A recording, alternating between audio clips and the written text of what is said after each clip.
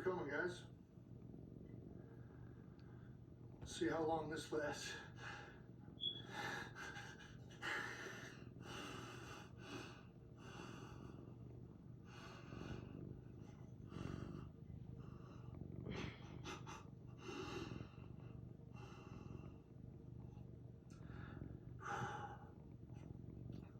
Not a good start. There we go.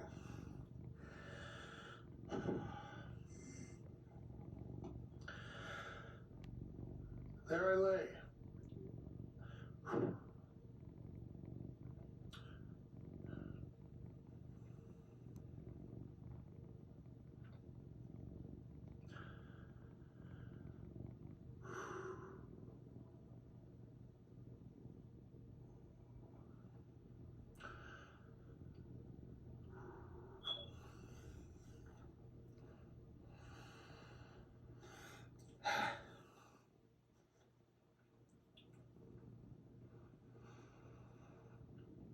Oh man, this is gonna be long.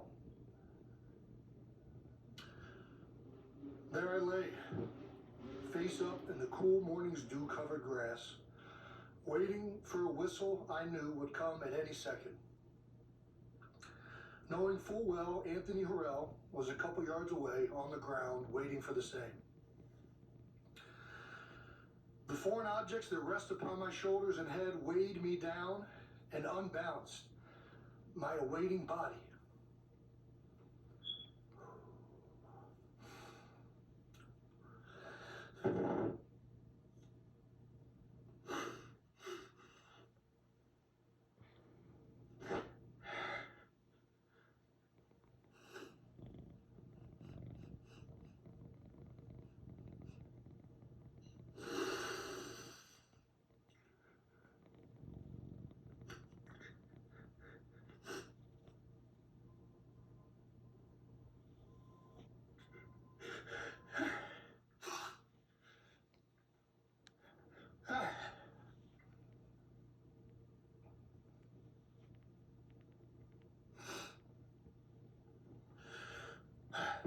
As the whistle blew, I arose,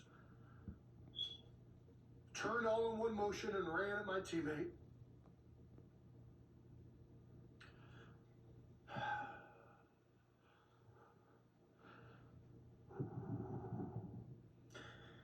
It isn't even the collision I remember most,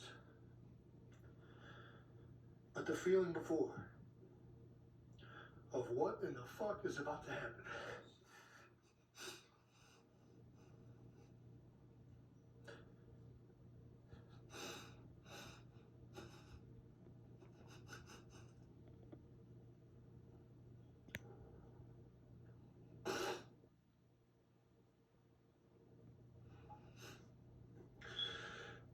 How is it going to feel? Will I win?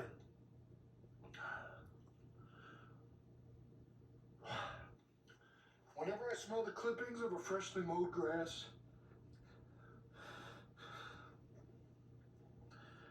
I am brought back to this day.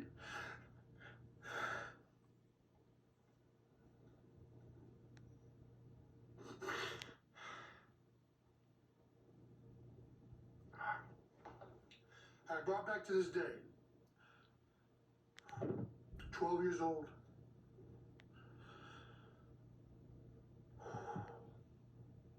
Roxborough Middle School, first day of pads. I've been asked many times, why did I choose football? What drew me to the game? And I never have an answer that gets it right. The best way I can explain it is what draws you to your favorite song, your favorite book. It's what it makes you feel. The seriousness of it, the intensity of it. Stepping on the field was the most alive and free I had ever felt. There was a visceral feeling with football unlike any other sport. The hairs on my arms would stand up. The hairs on my arms would stand up. I could hit somebody, run around like a crazed lunatic, and then get told, good job. I loved football. Whether it was in my backyard with my brother, on the playground with my friends, or suiting up on Friday nights at Cleveland Heights High School. I loved everything about it. Although I hadn't met him yet, Jeff Stoutland often shares a quote his father would tell him. More often than not, the easy way is the wrong way. Football was hard, much harder than any sport I had ever played, physically and mentally. And most other sports, I was bigger, faster, stronger than everyone else. On the football field, those traits were matched. On the lacrosse field, I felt like LeBron James. On the football field, I was Billy Hoyle. I loved the challenge that football was. The joy of winning, the agony of defeat, the anxiety of the unknown, and the camaraderie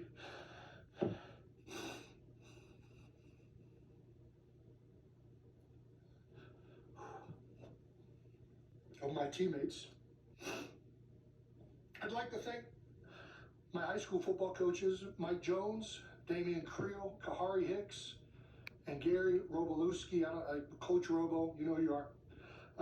My hockey coaches, Kurt Gunther, Steve Bogus, and Eddie Babcox, and my lacrosse coaches, Felipe Quintana and Ben Beckman. I'd also like to thank my band teacher, Brett Baker. All of you taught me countless lessons and put up with a very young, rambunctious kid that was full of immaturity, stupidity, and cockiness. I would without question not be where I am today without your efforts with me and the countless other children you served in my brother and I's hometown, Cleveland Heights. From Cleveland Heights, I entered the University of Cincinnati as a walk-on. As a linebacker, I had no idea what to expect, but scenes from Rudy would often race in my mind. It became apparent immediately that walk-ons would have to fight harder for their opportunities than the rest of the team. I had no stars, no investment from the team or the coaches. I'd have to earn everything, and that's good because I had no clue what hard work was yet. Knowing that I had to earn my respect every day made me committed like never before.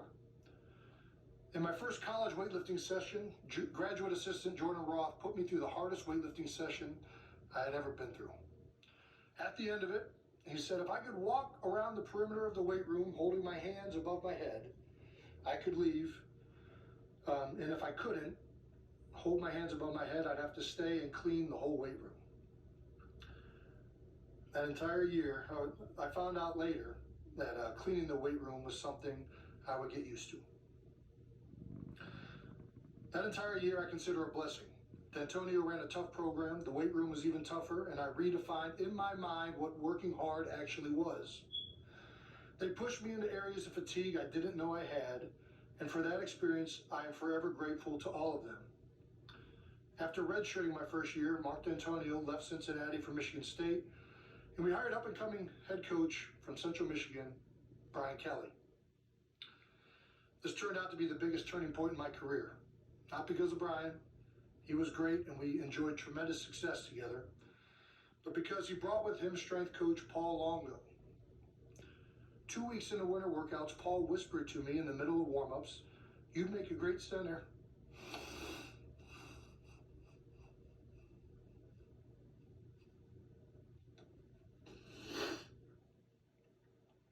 I shrugged it off.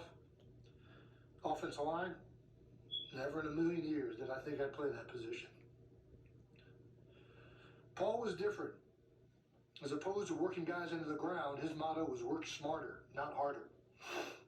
His main goal was to improve us as athletes and make us stronger, faster, more explosive. He didn't care about anything else. Once during a conditioning drill, I saw a teammate struggling to keep up during a run, so I slowed down to encourage him. And he yelled at me. He said, "You run this exercise the best you can. Lead from the front. It's my job to take care of the back." Paul moved me to offensive line that spring.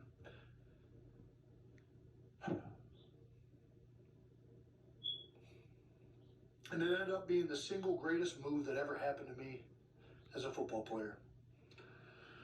There are too many people to thank for my times at Cincinnati, so I'd like to limit it to coaches Paul Longo, Jeff Quinn, Brian Kelce, Mark D'Antonio, strength coaches Tim Swanger, Dave Andrews, Coach Kerry Combs, Coach Butch Jones, as well as athletic trainer Bob Mangine and orthopedic doctor Angelo Colosimo.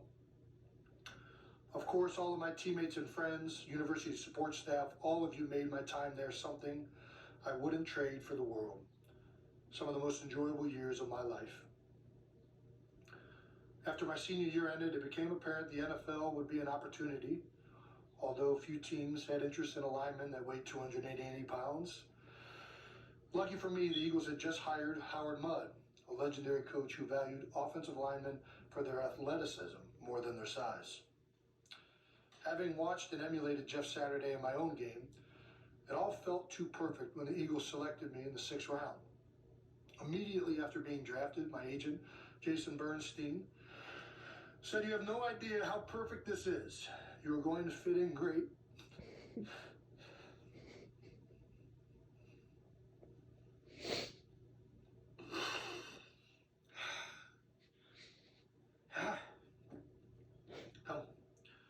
You're going to fit in great in Philadelphia. This is your kind of town. We love you. 13 seasons in Philadelphia. And I look back on a career filled with ups and downs. I'd like to thank the 4 head coaches I played for, Andy Reid, Chip Kelly, Doug Peterson, and Nick Sirianni. Consider myself lucky to have played for each of you. I'd like to thank Jeffrey Lurie for his dedication to building an organization that values its employees as people and gives them the resources necessary to thrive. I've only had one boss, so I don't know much to compare to.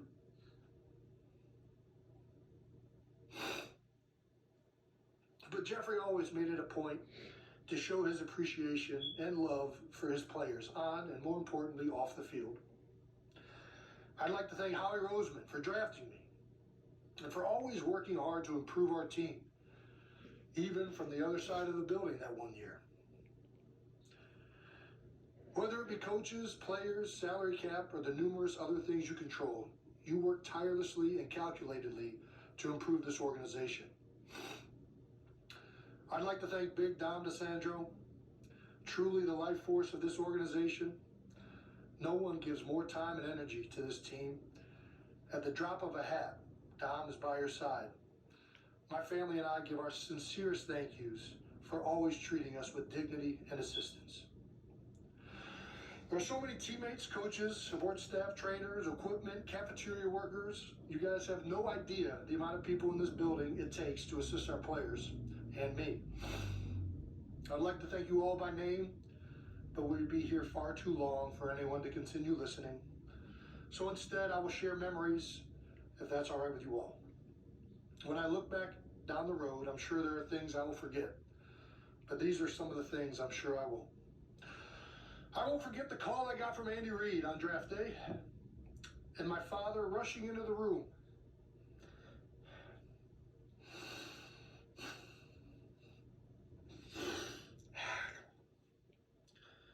With tears streaming down his face, as his son's dreams had just been realized. It had just been announced on TV I had been drafted by the Philadelphia Eagles. Yes. And I won't forget 2 years later, that same man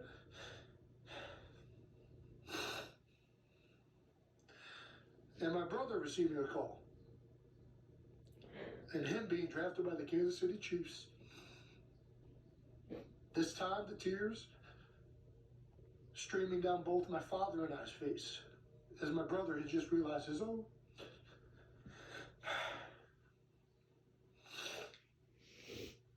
I won't forget the first time I saw Jason Peters do a one-on-one pass set with Trent Cole and being amazed at the speed, balance, and power I had just witnessed.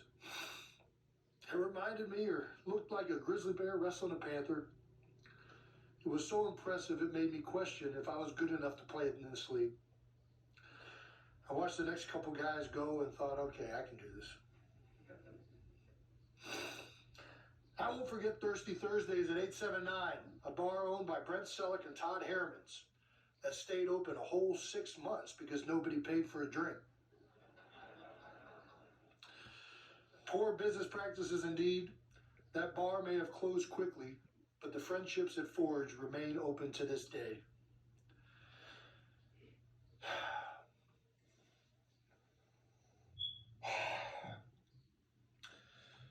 I won't forget my second training camp, walking downstairs in my Lehigh dorm to paramedics rushing in, and Coach Dave Culley's look on his face.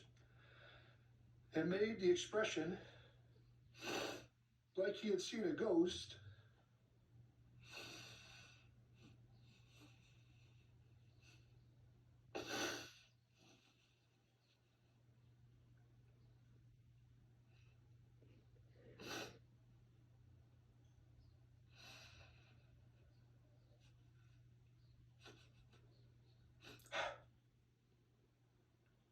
A whole lot clearer. I asked if I could help. And he said, no, just go to practice.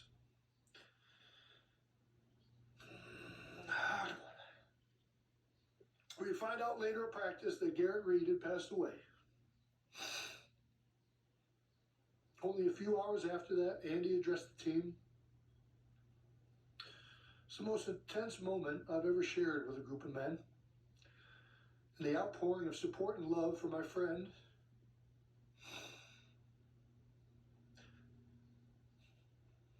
And the Reed family at the funeral soon after was truly remarkable. I won't forget Chip Kelly's first game as Eagles head coach against the Washington Redskins. We ran close to 50 plays in the first half. We were so tired, but it didn't matter because they couldn't stop us. The NFL had never seen something like this before. I remember all of us thinking after that game, this is going to change the NFL. I won't forget walking out onto a snowless field before warm-ups against the Detroit Lions, and then walking out of the tunnel to a blizzard. The Lions in white jerseys blended into the snow so well I could not see the secondary of the defense. And the second half was all the Sean McCoy. He somehow figured out a way to cut on a dime that day, and man, it was incredible to watch. It was probably the most fun game of football I've ever been in. It felt like we were all kids again that day, just playing in the backyard. I won't forget finding out in the 2017 Rams game that Carson Wentz had tore his ACL. The whole team had an uneasy feeling in the locker room, all of us questioning what this would mean, until Malcolm Jenkins addressed the team. He gave a very typical Malcolm speech, invoking confidence in who we were, and breaking it down with his patented, we all we got, we all we need. I won't forget Nick Foles having the game of his life on the biggest stage possible. And the biggest dick on the team going up to Doug Peterson and asking for the Philly special. And Doug Peterson having the biggest balls in the stadium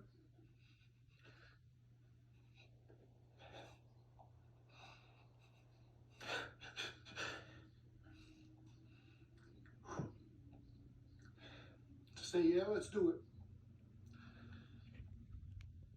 And Brandon Graham finding a way to stop Tom Brady once, literally once.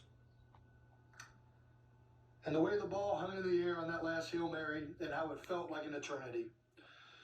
Just looking, no sound registering, completely engulfed in the moment. When it finally landed, running onto the field, looking for a flag, anything that would mean it was over. We had done it. I won't forget the parade and what it meant to the city of Philadelphia. The joy it brought our community, and the closure it gave to so many. The stories from fans that had been waiting generations for that moment fulfilled that triumph to another level.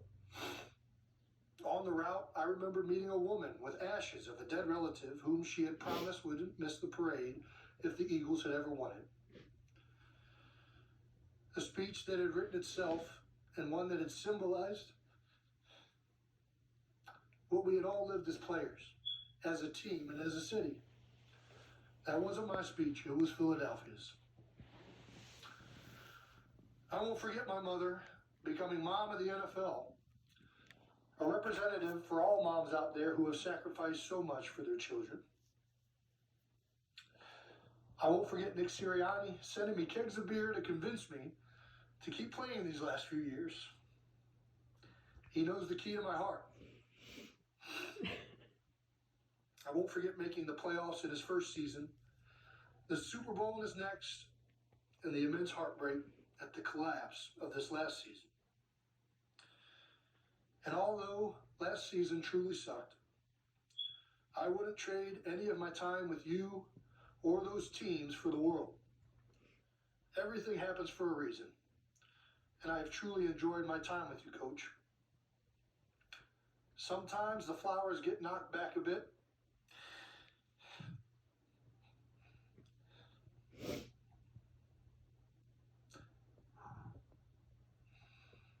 But the roots remain. And I can't wait to watch what reblossoms this next season.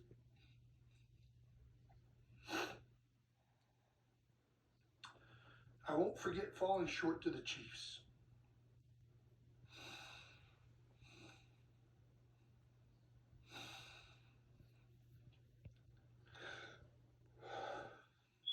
This is where it's going to go off the rails.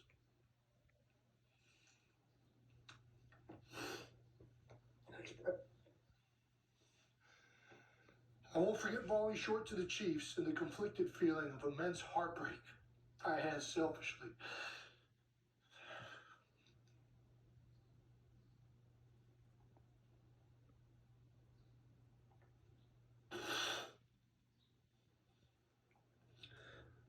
For myself and for my teammates. And at the same time, the amount of pride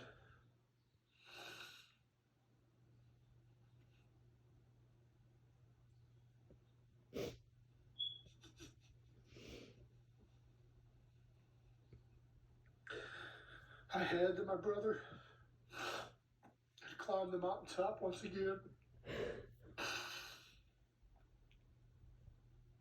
We have a small family.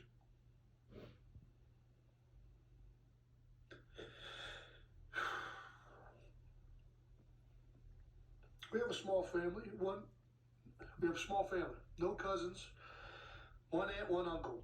It was really my brother and I our whole lives.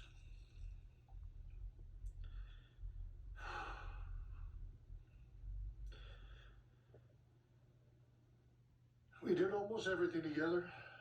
Competed, fought, laughed, cried, and learned from each other. We invented games, imagined ourselves as star players of that time. We'd envision making the winning plays day after day on Coley Ridge Road. We won countless Super Bowls in our minds before ever leaving the house.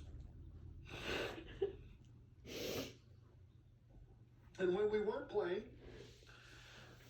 we were at the other one's games, but seated in a lawn chair or bench, Capri Sun in our hand that Mom had packed, cheering during the game, and waiting outside afterward to celebrate a victory together, or offer encouragement after a defeat. There is no chance I'd be here without the bond Travis and I share. It made me stronger, tougher, smarter, and taught me the values of cooperation, loyalty, patience, and understanding. It's only too poetic I found my career being fulfilled in the city of brotherly love. I knew that relationship all too well. Some people struggle to play in this city. They can't handle the booze, the media, or our fans. Consider it a great blessing to play in the most passionate sports town in America. The sense of urgency in this city to win has pushed our organization has fueled it to take chances, fix problems, and work tirelessly in an effort to win. At times you hate it as an athlete, especially those new to our city. But when you've been through it enough, you learn to appreciate it. No one celebrates their own like the city of Philadelphia. Athletes become demigods in this city, even ones whose deeds span decades before. The Eagles are the number one ticket in town, the most talked about thing at nearly every moment. With that amount of attention, you better be ready to overcome the lows that will happen and be ready to persevere in the face of the criticism. Yes, they will let you know when you are not performing well. Every time. But they will also love you if you show effort, aggression, desire, the will to fight. They will love you in this city if you love it the way you love your brother. You will be loved by going above and beyond to show that you care, because they care. They've been caring for generations in this town about this team, and they aren't about to accept a bunch of excuses and soft-ass nonsense representing the name on the front of the jersey, something they've invested their entire lives in. If you don't like what the fans and media are saying as a player, it's very easy. Love them, treat them like your brothers, and go out and play your balls off. Wear your heart on your sleeve, and I guarantee you change those narratives. I remember seeing Zach Ertz shy away from a block one game against Vontaze Burfict in the Cincinnati Bengals. Rightfully so, the fans ripped him apart, crushing him for doing it. The next week, the first catch I saw Zach Ertz snag, he ran after the catch like I had never seen. It took 3 guys to bring him down, and I heard the link erupt with cheers for his effort. Today, you won't find a single Philadelphian with a bad word to say about Zach Ertz and the legacy he left behind. As players, you write the narratives. The fans and media, for the most part, it's occasionally different, only write what you give them. If you go above and beyond in this city, you will be rewarded beyond your wildest dreams. I saw firsthand the wrath of the Eagles fans in the 2016 Eagles season. And rightfully so, I had an awful start to that season where I was often overpowered, had many holding penalties that cost our team, and looked like one of the worst centers in the league. I was wanted out of town by nearly everyone. And it wasn't just the fans that wanted me gone. It was nearly everyone in this organization. That offseason, I heard trade rumors galore and speculation I'd be cut. I imagine if the Eagles had received a trade offer for a brand new set of washing machines, they may have pulled the trigger. Hell, if I was in charge, I would have pulled the trigger. There's only one person in this building who still wanted me, and it's he who I have to thank most for the career I've had.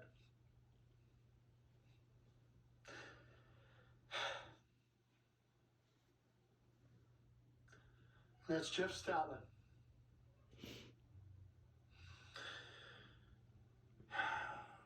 No one has been more influential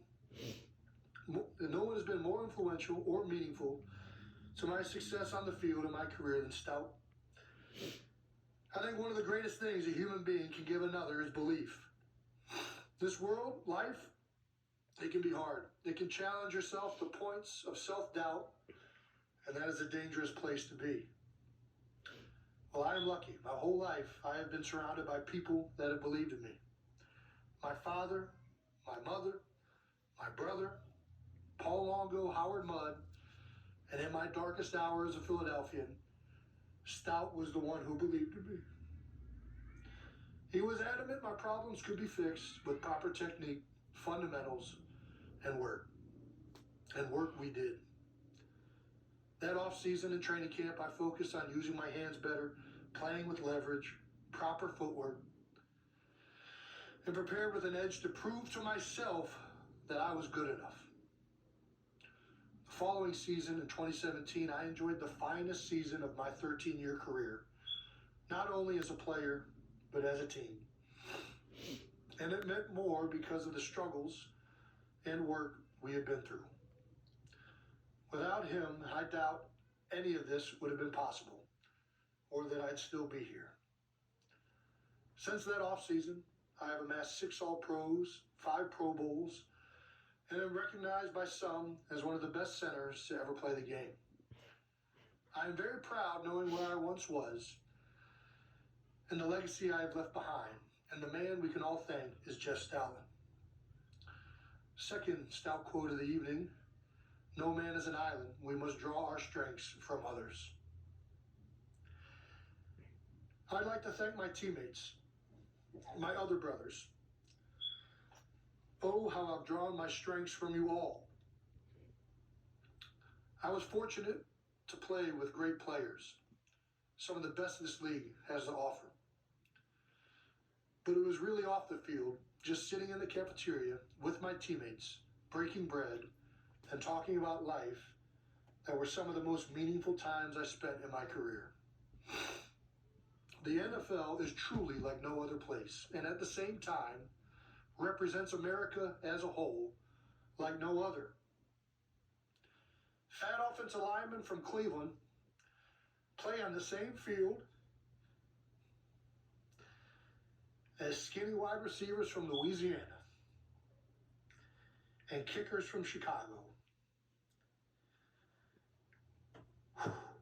Tight ends from Stanford play next to tackles from Kilgore Community College. Defensive ends from inner city Detroit play next to defensive tackles from Yazoo City, Mississippi. 6'9" Jordan Mailata plays the same sport as 4'8" Darren Sproles. The melting pot of geographic location, economic background, race, body type, personality, and athletic traits of an NFL locker room is truly remarkable. And we all rely on each other and respect one another and each of our differences because we know we're stronger together. I will always cherish this brotherhood, the relationships it fostered, and how unique an experience it has been to enjoy the field with you all. Coming to work every day with a group of men who were driven to be the best in the world at what they do is an environment that will surely be hard to replicate. I won't forget the Eagles' Christmas party in 2014 and heading out afterwards with a bunch of my teammates to Buffalo Billiards, where my life would change forever. That night, I'd meet my future wife.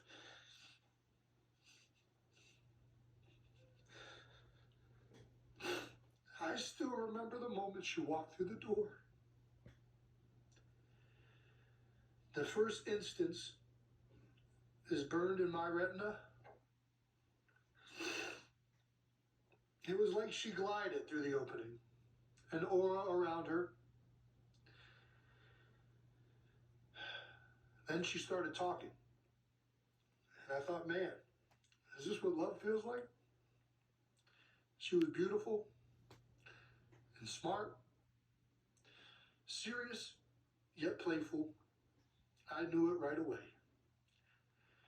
I think it's no coincidence I have enjoyed my best years of my career with Kylie by my side.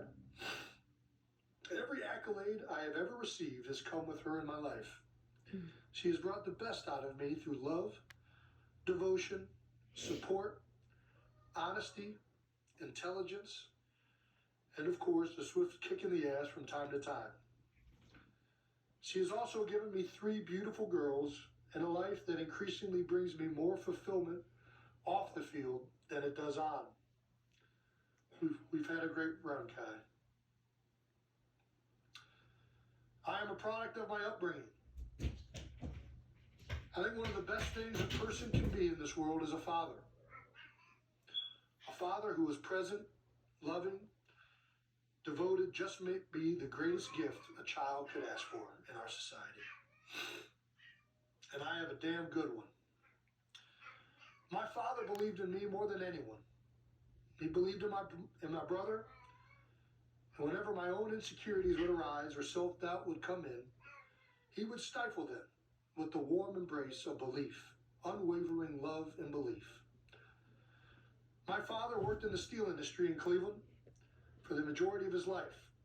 I remember him taking me into a plant one time and standing in awe of the molten steel and watching a giant ladle containing a bunch of it hover over our heads just feet away. The heat radiated when the molten steel was in sight. And I remember thinking how utterly amazing my father's work was. He was the man and continues to be the man and father I strive to be. My mother was a part of a generation of females that was largely the first of their families to go to college. When deciding to go to college, her own father said he disagreed with the idea. He telling her instead she should become a secretary or be a wife. In fact, the only thing that convinced him into letting her go to college was my grandmother's insistence that my mother would find an educated man to settle down with, and that would mean more money for the family. Mom took the opportunity to go to college and graduated from the Ohio University, worked in banking for over 40 years, climbing the corporate ladder from teller to a VP, and was largely the breadwinner for our family. I like to think I got my toughness, aggression, and lunch pail mentality from my father, and from my mother, I learned the all too important lesson of never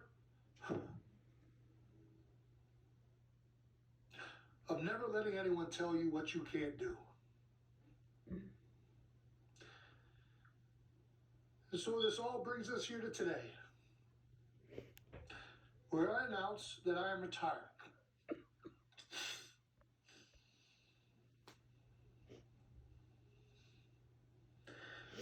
Where I announce I'm retiring from the NFL after 13 seasons with the Philadelphia Eagles. And today, I must admit, I am officially overrated. Vastly overrated.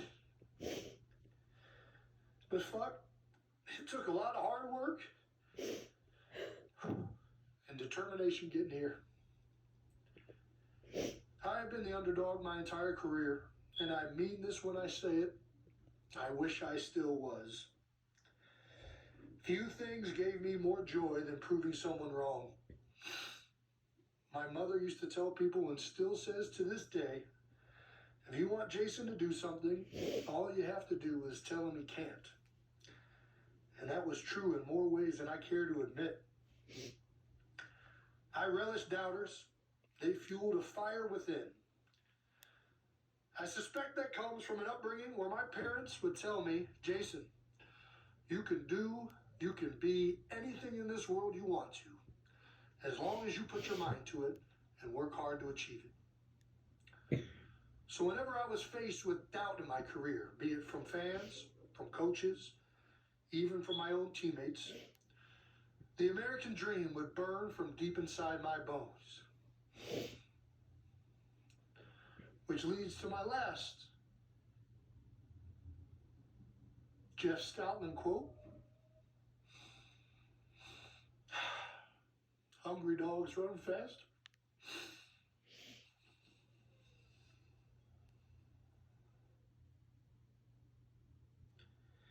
Thank you, Philadelphia.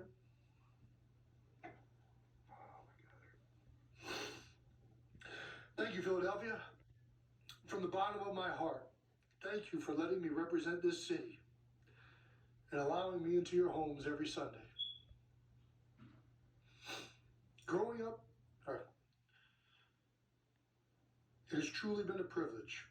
You have all been so good to me and my family. Growing up in Cleveland, I watched all of my favorite athletes leave the city. Hell, a whole team left the city. It has always been a goal of mine to play my whole career in one city.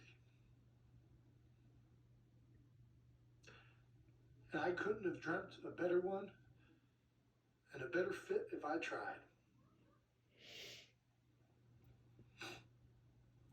I don't know what's next, but I look forward to the new challenges and opportunities that await. And I know that I carry with me the lessons from my time here, and that forever.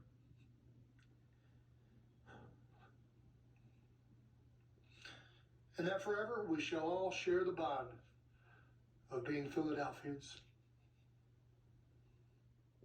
That's all I got.